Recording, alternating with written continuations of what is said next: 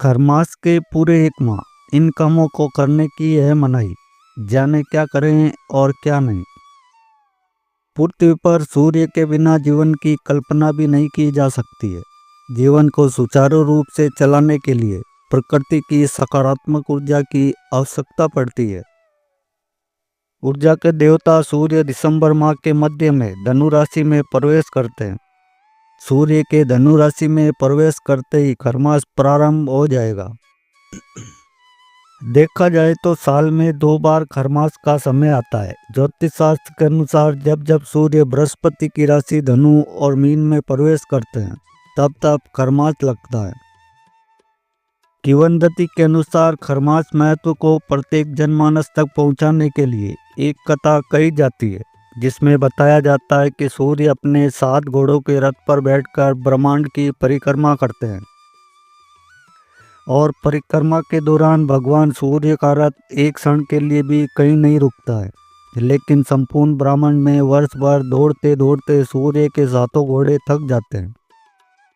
इसलिए कुछ अंतराल के लिए घोड़ों को विश्राम एवं जल पीने के लिए रोका जाता है और रथ की भागदौड़ खर यानी गधे को सौंप दी जाती है, जिसके कारण सूर्य के रथ की गति में परिवर्तन आ जाता है। किंवदंती के अनुसार खर यानी गधे अपनी मंद गति से खरमास के समय रथ को संचालित करते हैं, जिसके फलस्वरूप सूर्य का तेज क्षीण होकर धरती पर प्रकट होता है। मकर संक्रांति के दिन से सूर्य पुनः अपने 7 अश्वों पर सवार होकर आगे बढ़ते हैं और धरती पर सूर्य का तेजोमय प्रकाश धीरे धीरे बढ़ने लगता है। ऐसे में आइए जानते हैं कि खरमास में क्या करना चाहिए और क्या नहीं करना चाहिए। खरमास की शुरुआत पौष मास के कृष्ण पक्ष की प्रतिपदा तिथि से होती है। वैदिक पंचांग के अनुसार इस बार पौष कृष्ण पक्ष की शुरुआत 16 दिसंबर से हो रही है। इस दिन सुबह 7:40 पर सूर्य धनु राशि में प्रवेश करेंगे। 14 जनवरी 2025 तक सूर्य इसी राशि में रहेंगे, इसलिए 16 दिसंबर 2024 से 14 जनवरी 2025 तक का समय खरमास होगा। खरमास में नहीं करने चाहिए ये काम।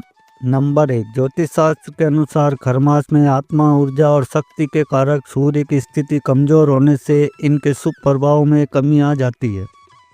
इसके कारण इस दौरान किए गए कार्यों में स्थायित्व की कमी आ जाती है।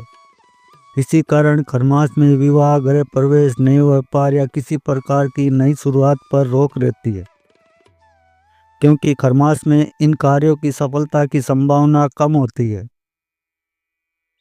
नंबर 2, खरमास में पूजा का खास महत्व है। खासकर सूर्य देव की पूजा से आपको लाभ होगा। रोज सुबह उठकर सूर्य देव को जल चढ़ाएं और सूर्य मंत्र का जाप करें। ऐसा करने से सूर्य देव की कृपा आप पर बनी रहेगी और भाग्य भी मजबूत होगा। नंबर 3, खरमास में हवन, विवाह, चर्चा, गृह प्रवेश, भूमि पूजन, दिरागमन, यज्ञोपवीत, विवाह या अन्य कर्मकांड आदि का भी निषेध रहता है। नंबर 4, सर्द मौसम सभी लोगों के लिए एक जैसा नहीं होता। इस मौसम में कई लोगों की चुनौतियां बढ़ जाती है, विशेषकर जिन लोगों के पास मौलिक संसाधनों की कमी है, उनका जीवन बहुत ही कष्टकर होता है। इसलिए खरमास के सर्द दिनों में गरीब, जरूरतमंद और पशु पक्षियों को अन्न दान करना चाहिए। नंबर 5, हिंदू धर्म में दान पुण्य को बहुत ही महत्वपूर्ण माना गया है। पौराणिक मान्यता है कि दान पुण्य करने से हमारे अच्छे कर्म बढ़ते हैं और इसका फल हमें मृत्यु के बाद भी मिलता है। खास तौर पर खरमास में जब शुभ कार्य करने की मनाही होती है, तब दान पुण्य जरूर करना चाहिए। इससे जीवन में सुख समृद्धि आती है। नंबर 6, खरमास में भगवान विष्णु की पूजा करने से बहुत लाभ होता है और घरों की स्थिति अच्छी रहती है। खरमास के दौरान भगवान विष्णु को पीले भोजन का भोग लगाना चाहिए और उनकी विधिवत पूजा करनी चाहिए। ऐसा करने से कुंडली में गुरु मजबूत होता है। साथ ही भजन कीर्तन करने से मन और शरीर में ऊर्जा आती है। नंबर 7, खरमास में मांगलिक कार्य नहीं किए जाते, लेकिन भजन कीर्तन करने का विशेष महत्व है। खरमास में भजन कीर्तन करते हुए भगवान का स्मरण रखना चाहिए। इसके अलावा शाम के समय घर के मंदिर में दीपक भी अवश्य जलाना चाहिए।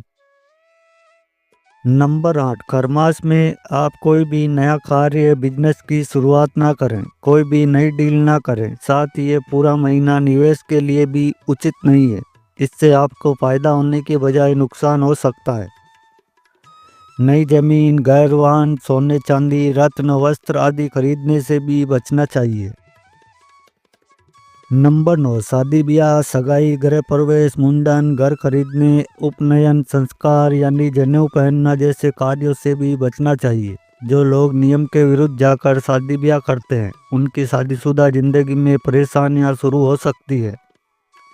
दाम्पत्य जीवन पर नकारात्मक असर पड़ सकता है। ऐसे में बेहतर है कि आप 1 महीना रुक कर ही विवाह करें। नंबर 10, कुछ लोग खरमास के दौरान ही अपनी बेटी को अपने घर से विदा करते हैं। इससे भी बचना चाहिए। विदाई खरमास लगने से पहले या फिर समाप्त होने के बाद ही करें। कभी भी किसी देवी देवता का अपमान, अनादर ना करें, वरना आपको कई तरह की परेशानियों का सामना करना पड़ सकता है। किसी भी भिखारी को दरवाजे से बुरा भला बोलकर ना भगा दें। ये आपके परिवार के लिए अशुभ हो सकता है। नंबर 11, मान्यता है कि इन दिनों तामसिक भोजन करने की मनाही होती है। लहसुन, प्याज, शराब, मांस, मछली आदि का सेवन नहीं करना चाहिए। आइए अब जानते हैं खरमास में क्या करना चाहिए। नंबर 1, अक्षय पुण्य प्राप्त करने के लिए आप खरमास के महीने में मंत्रों का जाप करें, पूजा पाठ आदि करते रहें। ये सभी शुभ कार्य करने से आपको लाभ होगा। नंबर 2, आप हर दिन सूर्य देवता की पूजा उपासना जरूर करें। उन्हें जल से अर्घ्य दें और सूर्य मंत्रों का जाप करें। नंबर 3, इस समय बृहस्पति ग्रह का भी प्रभाव कम होता है। ऐसे में इनकी भी पूजा करें, मंत्रों का जाप करें। इससे आपके सभी कार्य सफल होंगे। नंबर 4, भगवान श्री कृष्ण, भगवान विष्णु जी की भी पूजा करें। आपकी सभी परेशानियां, कष्ट, दुख, दर्द कम हो सकते हैं और इच्छाओं की पूर्ति होगी। नंबर 5, बिस्तर पर सोने की बजाय फर्श पर बिस्तर बिछाकर सोना चाहिए। इतना ही नहीं, इस पूरे महीने प्लेट के बजाय पत्तल में भोजन करने से शुभ माना गया है। नंबर 6, तुलसी जी की पूजा करनी चाहिए और हर दिन शाम में दीपक भी जलाएं। घर में सुख शांति बनी रहती है। नंबर 7, खरमास में सूर्य देव की कृपा प्राप्ति के लिए आपको लाल कपड़े, गुड़, मूंगफली, काले चने आदि का दान करना चाहिए। ऐसा करने से साधक की कुंडली में सूर्य की स्थिति मजबूत होती है, जिससे साधक के लिए धन, वैभव में वृद्धि के योग बनने लगते हैं।